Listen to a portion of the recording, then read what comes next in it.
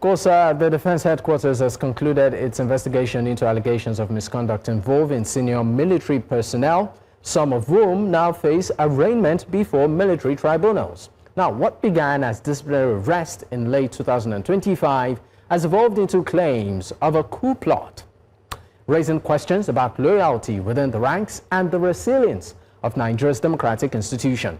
At the heart of this development are two competing narratives: the military insistence that due process and professionalism will guide proceedings, and civil society concerns over the welfare and rights of detained officers. The allegations of infiltration at the presidential villa add another layer of complexity, highlighting vulnerabilities in national security and the role of contractors in safeguarding critical infrastructure. Now, tonight we examine what this case tells us about civil-military relations in the country, the balance between discipline and transparency, and the broader implications for governance and public trust. Joining me to discuss this is Dr. Abubakar Mohammed Sani, is a research fellow, Department of Military Studies, Abuja Leadership Center. Thank you for your time, sir. Thank you very much. Good evening, Nigerians, and thank you for having me. All right, great. I also have Brigadier General Sani Usman, retired, is a former Director of Media and Public Relations, Nigerian Army. He joins virtually from Jos. It's great to have you, sir. Good evening, Dr. Happy New Year. Happy New Year to you too, sir. Once again, welcome, gentlemen. It's great to have you on the program. Let me first start with, of course, your reaction when this was still, quote and unquote, a rumor. And right now, it's pretty much been confirmed that there was some sort of attempt at the constitutional authority. I mean, looking at Nigeria right now and its evolution over the years, right? Would you say this, in terms of the attempts by these officers, would you say this is more of a surprise to you, or what would you say might have inspired such gallant men to want to, you know, take over? I'll start my conversation with you, Doctor. Honestly, to be very frank, I was shocked when I received the news. And as I'm talking to you now, I'm still, you know, having it with some pinch of salt. We have high regards for the Nigerian military. And as you can say, without any doubt, Coup has been a thing of the past in this country. Since during the Abuja days, we never heard of it. We thought we have outpaced this very issue of coup d'etat. So to me, it came as a surprise, as a shock. And I think maybe because of what transpired in Burkina Faso, in Niger, some people wrongly got inspired to equally, you know, carry out similar thing in Nigeria. Be that as it may, this thing has not yet been ascertainable, you know, proven to be true. It's something which we know has to go to the courts for the law to take its course, so that we can know if whether this thing has happened or not. Initially, we thought it is just the case of disloyalty, insubordination, you know, attitude and behaviors that are unethical with the military profession. But now we're hearing something that has to do with coup d'etat, which is a very, very grave offense because it is treasonable felony. So in summary, what I would say is, someone said it is better to allow 100 criminals to go free than to condemn one innocent man. I would appreciate and I would pray that let the law, you know, be very thorough in this, so that no innocent officer will be tried wrongfully. All right, thank you for your, of course, take on it. Let me direct my next question to Brigadier General Sani Usman, retired. I would also ask you the same question. I mean, looking at Nigeria's political evolution, this happening now, are you surprised? And initially, the military did deny, you know, any of such attempts. Why is that? I mean, for someone who has been, or who is still in the force, even though you are out, you are not active, but why deny initially? Well, two questions at the same time, but let's take it one by one. the issue of whether one is surprised or not, really it is a surprising thing, and for obvious reasons. I've had the privilege of serving in the armed forces of Nigeria, particularly Nigerian Army, for over 35 years. And despite the fact that I've left the Army for some years now, I still have my fingertips on what is happening, and I can say with certainty. And even when you describe some of these accused persons as gallant, yes, I have had the privilege of seeing them in action, especially in the Northeast, specifically in Adamawa State, some of them. So I can say, really, it is surprising. One other aspect is the fact that the military has been, trained, to subordinate themselves to, political authority, to be loyal to the President Commander-in-Chief and the Constitution of the Federal Republic of Nigeria. To further instill that, the military went through 15 years transformation program from 2000 to 2015. Where they were, trained on the nuances of democratic governance in Nigeria so that they can subject themselves, and of course, to give credit to the military, particularly the successive leadership of the armed forces of Nigeria over time. Within the last 26 years, we have had uninterrupted democratic governance, and we are still counting, and by the special grace of God, nothing will happen to it. It will turn out to be one of the most democracies in the world. So in any given society, actually, there is no system that is perfect, and that is one thing about Nigeria. No matter how hard you try, there is always that kind of, and that is even the diversity and heterogeneity of Nigerian society is one thing that makes, Nigeria unique. So it is not surprising, again, then, of course, when you look at the fact, the training, for an average officer, most of whom these accused persons are competent officers, going through the NDA for 5 years and going through courses, appointment and through tutelage of seasoned senior military officers, and yet you have not imbibed that, and you will allow yourself to be involved in acts of demeanors or acts of indiscipline to the extent that one is accused of coup plotting is equally surprising. So you can mention quite a number of reasons why. But maybe I should just put this. Okay, maybe I should just put. Okay. At the same time, it might not be surprising in the sense that there is useful exuberance among some people, and of course, if you look at it right from the beginning, and that is why there is a divergence in terms of narratives about what was happening or what had happened. In the sense that because the initial statement from the military was the issue of acts of indiscipline, and apart from issues of dissatisfaction with career progression and all the rest. So when you add all those things together, it will give you an answer to that question. But by and large, to a large extent, this is intriguing. I believe in the course of the trial, because I was made to understand the court that will try them has already been constituted. I think it's awaiting inauguration. And I think the motive behind this attempt will be a rival over time. But remember, like I told you, I was in the Army. I could remember way back, 2017 or thereabout, we were even out of the country with the then Chief of Army Staff.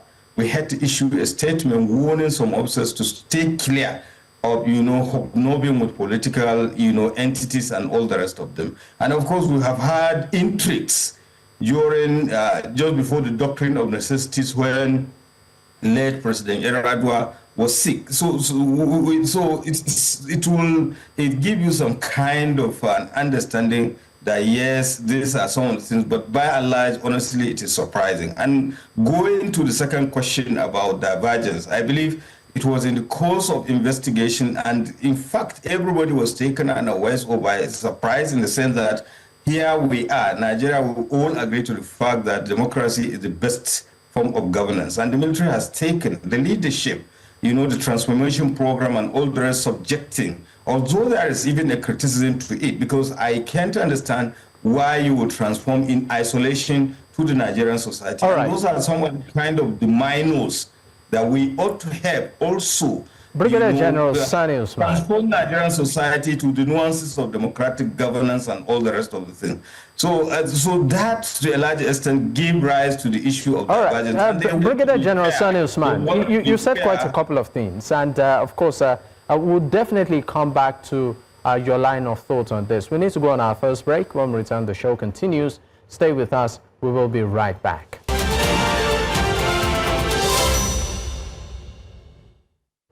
Of course, I still have Dr. Abubakar Mohammed Sani, a research fellow, Department of Military Studies, Abuja Leadership Center, as my guest this evening. I also have Brigadier General Sani Usman, retired former Director of Media and Public Relations, Nigerian Army, as guest this evening. Gentlemen, thank you for staying with me. Let me come back to you, Doctor. Now, Dr. Sani, let's look at the reaction of some Nigerians when this news broke. I mean, on social media, for instance, it appeared a bit divided. While many criticized it profusely, there were some that seemed to be in support. What does this reflect of the country's democracy?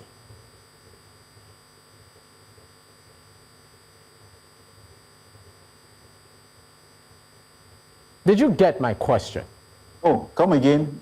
I cannot hear you. I said that the opinions of some Nigerians when this news broke, particularly on social media, whilst many criticized it profusely, saying, at this time, in Nigeria's nascent democracy, why should this happen, right? Some similarly seem to be in support. So my question to you is this: why is this so, and what does this reflect of our perceived democracy as a nation?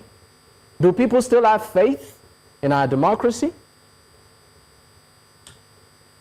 You asked me a very important question, and to be very frank, I think there is some level of frustration in the country, and a lot of Nigerians, you know, are feeling the pain of the harshness of the economy. And some, because of that, they think, rightly or wrongly, that let's do away with this democracy or the APC government and things like that. I think that's not the solution. That, you know, economic reforms, you know, implemented by the government are not yielding the kind of result we expect. I think the best strategy for the country to move forward progressively is still this democracy. Maybe being tempted with what is happening in Burkina Faso, in Niger, in Mali, even in Guinea, should not make us to think we can use another system, experiment another system other than this very democracy.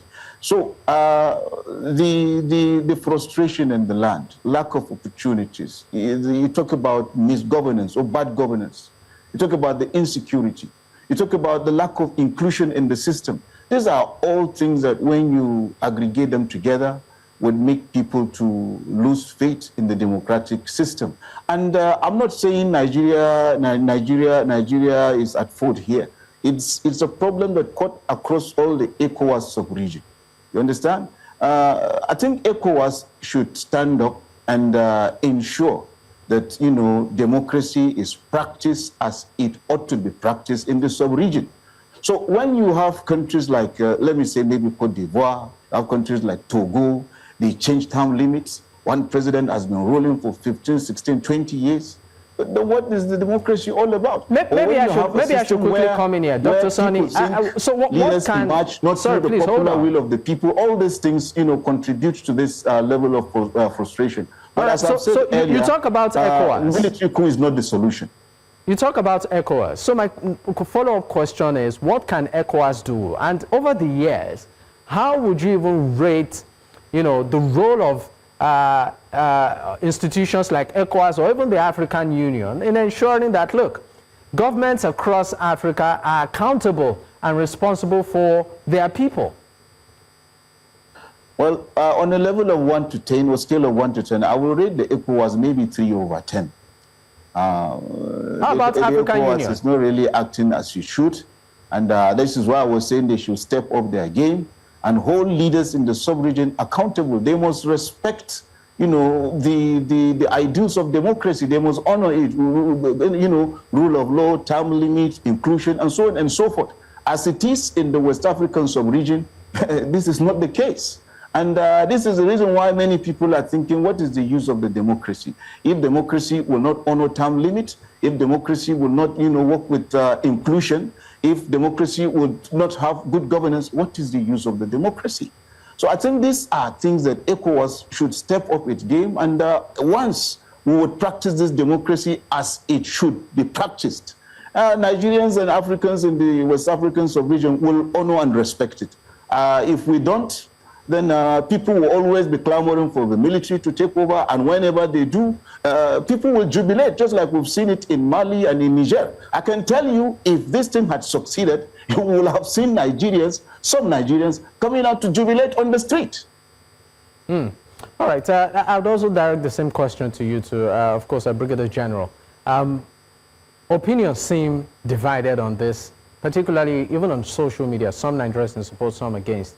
And I remember in your opening remarks, you did say that an average officer goes through a series of courses, and part of which has to do with patriotism towards the nation, right? But we saw this happen. Initially, it was denied, but when some Nigerians had it, they criticized. Others said, you know what, maybe it's about time. So I would also ask you the same question. Looking at democracy and the way it's practiced, not just in Nigeria, across Africa, is it really reflective of what the concept is about? And what does this also reflect when it comes to the perception of the people? Well, I think the long and short of it is that we tend to look at things out of context, in the sense that it is general consensus the world over. Democratic governance since the end of the Cold War, I think, is the best form of government, and it has proven to be so in so many instances. The fact that there are some isolated cases, that does not mean that something is wrong with the democratic governance. I think we tend to not to contextualize it to suit our own purpose.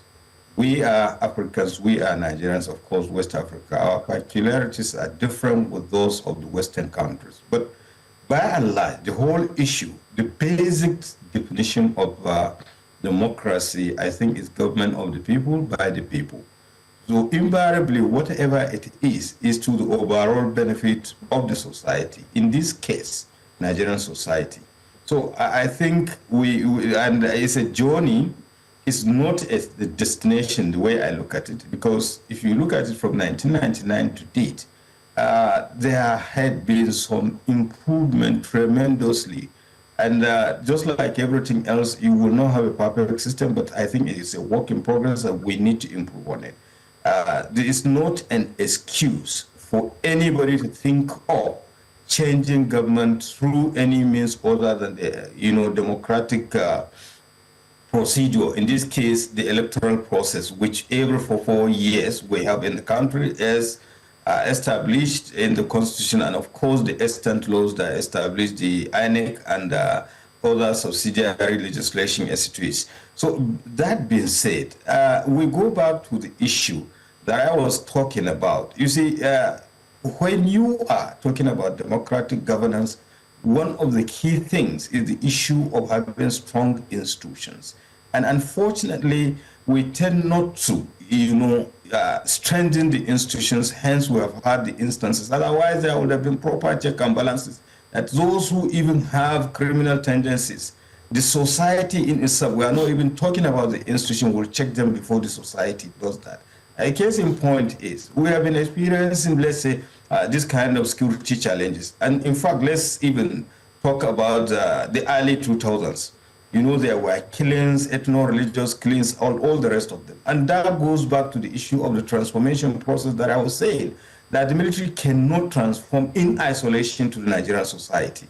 And that is why the bent of emotion and all the rest, during the military era, were all brought to the fore. Hence, we have had the security challenges. You remember, for those of us that came from the northern part of the country, in those days, in the early 2000s, states like Kaduna were no-go areas and all the rest of the things, simply because of all those things. But I did think that we took time to conscientize Nigerians, to make them understand that, look, Thankfully, we have democratic governance. And of course, this is the implication of democratic governance. You have to be patient. It's question of give and take. It's bureaucratic in nature, but at the end of the day, you always have what you have. And the military, it may interest you to know, prepare democratic governance than the best military governance you can ever think. Because those of us that were in the service during military era, we know what we saw. There were instances, a lot of miscarriage of justice and all the rest of things. In fact, there was no regimentation, no social life, no nothing. Everybody is suspicious of each other. But now, if you look at it from 1999 to date, the military, everything they ask for, they get. They might not have 100% what they have. I mean, what they want or they need, but at least the government has been forthcoming. So you can understand those kind of things. So, but beyond that, I think we need to understand that democracy is the best form of government, and we all make it a point of duty to ensure that it succeeds. And I am going to, at the risk of maybe being self-righteous, I think we should give kudos to our military and the security forces because they have remained faithful, to the defense of democracy in this country. So this is just an isolation, and I can rest assure you, even it wouldn't have gone to anywhere. All right, thank you so much, gentlemen. I'd like to, of course, appreciate you for your time on the program this evening. Dr. Abubakar Mohammed Sani is a research fellow, Department of Military Studies, Abuja Leadership Center, and also Brigadier General Sani Usman, retired. Former Director of Media and Public Relations, Nigerian Army. Gentlemen, once again, thank you for your time.